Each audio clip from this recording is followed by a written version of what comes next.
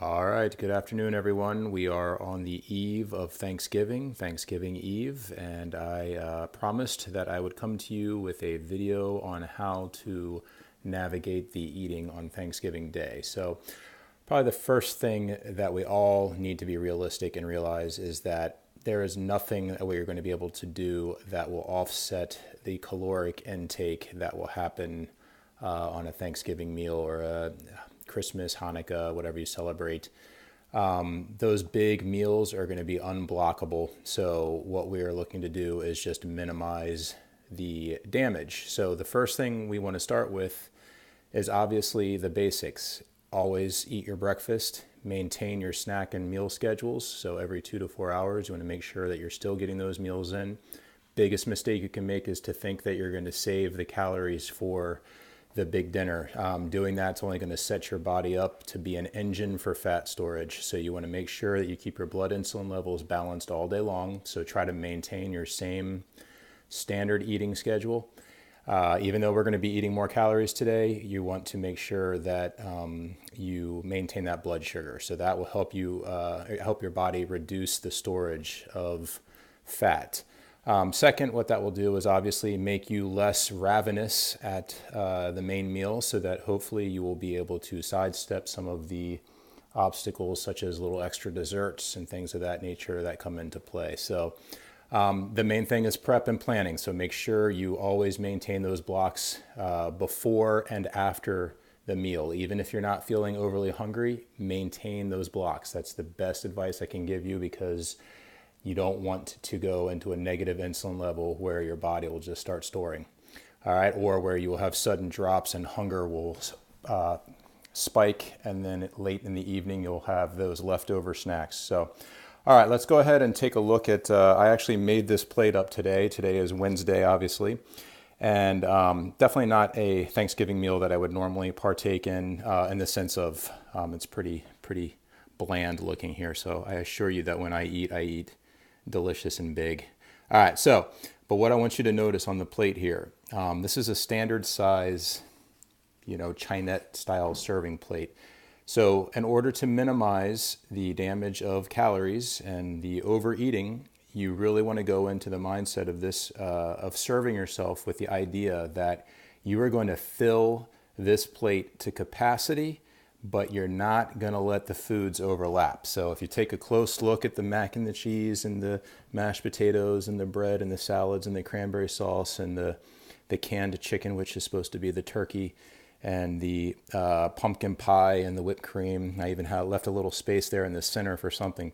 But you want to make sure that your plate is absolutely full with the foods that you are looking at that are the most tempting. So if I wanted to eat all desserts and no turkey, then that's what I would do. But whatever I can fit on this plate, that is the only thing that you're going to eat, or that I would recommend, of course, that you eat from that Thanksgiving meal. So no seconds, no heaping the plate full with foods over top of each other. Make it spatial. All right. So you want to go in and make sure that each food is side by side, but not overlapping. And that way you can assure that this one plate's going to have everything you want to eat, but that you're not going to be overeating. Okay, so simplicity, right? We're not going to block it. It's not going to be, don't stress about it. We have 362 days of the year where we're not eating a gigantic meal like this. So that's my best piece of advice. Lay the food out, get what you want, side by side. Don't let them overlap.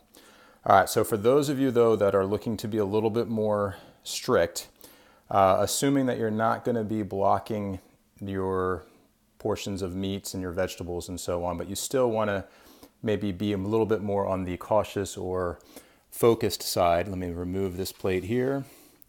And this is, pardon the chicken scratch writing here. This is how I personally look at a plate. So when I'm looking at a plate of food, hopefully I've spelled everything correctly there.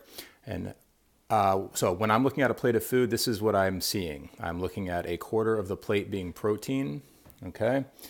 And then a quarter a favorable carb, another quarter a favorable carb, a little minute sliver, not even countable really, as my fat. So the butters, the nuts, the seeds, and so on.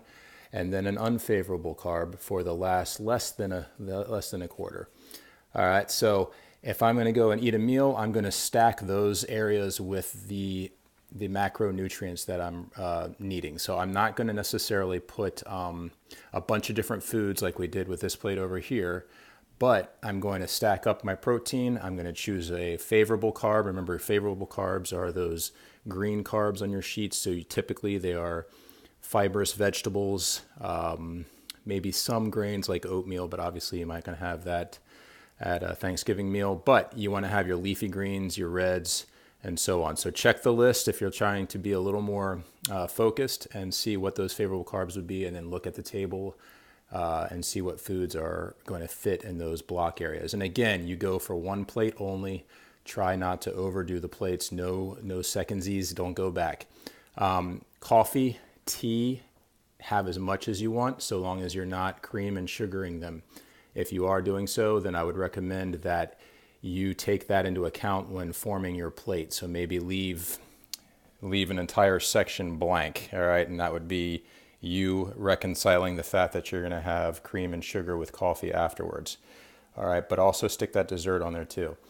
All right, so I hope that makes some sense. I will be more than happy to answer more specific questions. I wanted to throw this together for you guys today so that you could just get some kind of plan in place for how you're going to approach this main meal.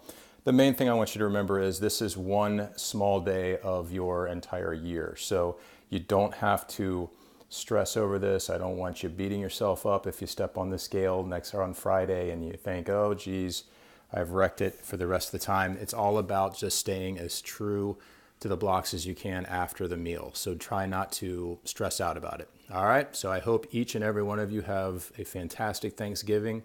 Remember to give thanks for all those people that you're sitting next to and all this good food and for the year to come. And I look forward to working with you. Talk with you soon. Bye-bye.